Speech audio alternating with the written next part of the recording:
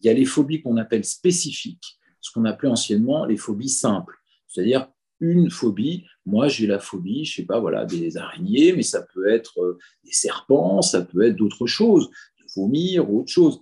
Ce sont des phobies simples. Il y a aussi l'agoraphobie, où là, on a peur des espaces, et en particulier des espaces publics. Et là, on va avoir du mal à aller dans les lieux où il y a du monde, hein, qui peut d'ailleurs s'associer avec des formes de claustrophobie, c'est-à-dire la peur d'être dans des endroits où on se sent enfermé.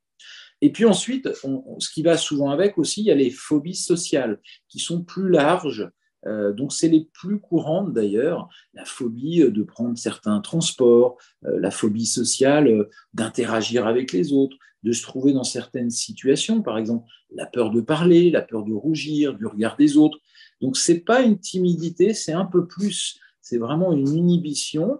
Et puis, ça peut devenir un trouble chronique puisque certaines personnes, eh